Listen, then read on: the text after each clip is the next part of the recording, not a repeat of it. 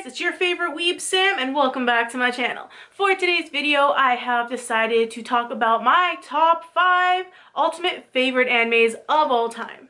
Have I seen every million billion episode of every anime out there? No, I have not, but I do got a good handle on a lot of animes that I have watched. Let's just say I've seen a good 100 or 2 of them. So if you are new to anime, want to figure out what you like to watch, or want to see what type of animes I like to see how they are in comparison to what you like, stay tuned. You are in the right spot. So sit back, relax, and enjoy the controversy that might happen in the comments section with my opinions on what are my favorite animes. Okay, let's get into the video.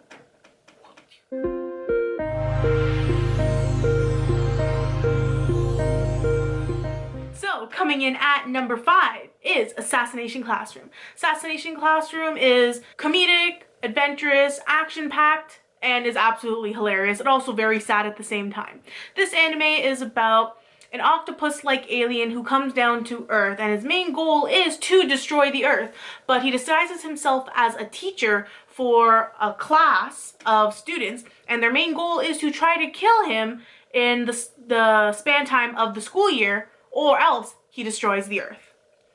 It is super funny, amazing character development. You find out some characters you thought were girls are actually guys. You would not suspect who's actually really good at killing people, and then having the heart of wanting to feel sympathy for some of the meaner characters. So this anime has 47 episodes, so I think it's a season 1 and a season 2, or it's just full 1 season with 47 episodes, and then an OVA. It is really good, high impact, like it's super funny. It is also part of the like Adult Swim group, so for anyone who is a little bit on the younger side watching this, might not be super appropriate for you. I think I watched this when I was like 14, so I'd say like 13 and up, you're good to watch. I just find it crazy and a little bit on the yes side about how the alien, octopus alien teacher sensei person is so hard to kill. Like, my lord. Like, he has the feelings for these students, but yet he just won't let them kill him. Like, bruh, come on. But overall, great anime. I think I've watched it like 2 or 3 times, like in the past few years. It's an anime you can never get old or get sick of. It's a really great anime. I have no other words for it. Coming in at number 4. This anime is very underrated, or manga very underrated. It is called Banana Fish and is actually based off in America.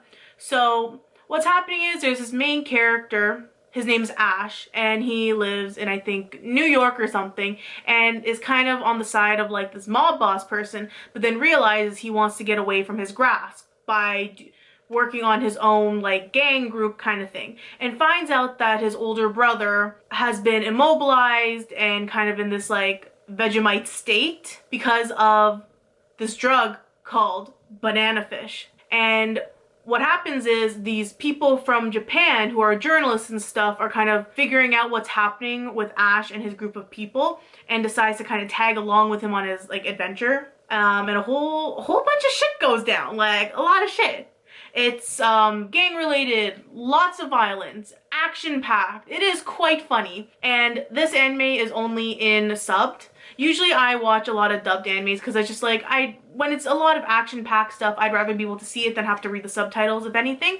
But I had no problem with this one. It was absolutely hilarious. For a very gang-related, drug abuse kind of underground war starting anime, it's very intriguing. I just couldn't stop watching it. I just had to watch episode after episode after episode. And for this anime, I think there are about 24 episodes. It is only 1 season, which is so sad because it's absolutely phenomenal. But if you like action-packed, comedy, some like very sad parts, wow. I'm describing the same way I did for Assassination Classroom. Wow, you're already noticing a theme, I hope. I just noticed this right now. But phenomenal piece. Like, I was literally bawling my eyes out on the last episode at the end. It was, my soul was hurting from that. Like, I highly recommend this anime. One of my favorites. It will always be there in my heart. Absolutely phenomenal. Coming in at number 3 is Black Butler. Yes, you must be noticing a pattern of this. Don't worry, it's going to be changing real soon. But basically, Black Butler is about a young boy who sells his soul to his demon to basically avenge his family's death, and become a successful leader of their toy manufacturing company. So this anime has about 4 seasons and a movie or 2. Yes. So I think there's about maybe 25 episodes in each season. What I've noticed is throughout the seasons, the anime gets darker and darker each episode. So this anime is very much as beforehand. It's action-packed, very dark, humor-based, dark demon-like vibes, if that makes sense. There are some funny moments into it, but there's some very dark, gory parts to it as well. There are multiple characters that make this anime very funny, such as Grell, who is one of my favorite characters in this anime. He is a Grim Reaper who wears all red and has the hots for CL, the young boy's demon butler. I mean, who wouldn't? Sebastian's like, So each season it gets darker and darker. More intense moments happen throughout the seasons. I noticed that in season 1, it was kind of slow. It was kind of like more like just mini episodes happening at a time, which didn't really lead too much to an actual story plot itself. It was like one episode was like a mini arc for each episode. But once season 2 happens, you see more character development, you get more enemies and characters that come into play that affect CL's life and stuff like that. And then season 3 is a huge arc itself about being in a circus. Oh my god, it was one of my favorite seasons. It was absolutely amazing. And then season 4 was very, very short. It was like maybe like 8 episodes, but it was very intense. It was like a murder mystery game. It was really, really fun. So if you like dark humor, gore, action, and a bit of comedy and stuff, this anime is very much for you. I do not recommend it for anyone under 14 years of age, maybe even slightly older, depends on how you grew up and stuff. But yeah, there are some very gory moments, but also very comical moments as well. If you are very LGBTQ plus proactive for that group, you might like this one as well. Grell is kind of like gives off the whole LGBTQ vibe. I absolutely love him. Well, actually, is he a he? I don't even know. I think Grell is like a they, to be honest. I don't really know. I've always called him a him because I don't know, I think of Grell as like a guy name, but you want to figure out who it is, you gotta go watch it yourself. So, coming in at number 2 is My Hero Academia, also known as Boku no Hero Academia. It just came out with its 5th season right now, and I think it has 2 or 3 movies out. Basically, this one is about a boy named Izuku Midoriya who lives in a world full of people who have quirks, aka superpowers. But he wants to be a superhero all his life, but sadly finds out that he didn't attain one when he was a child.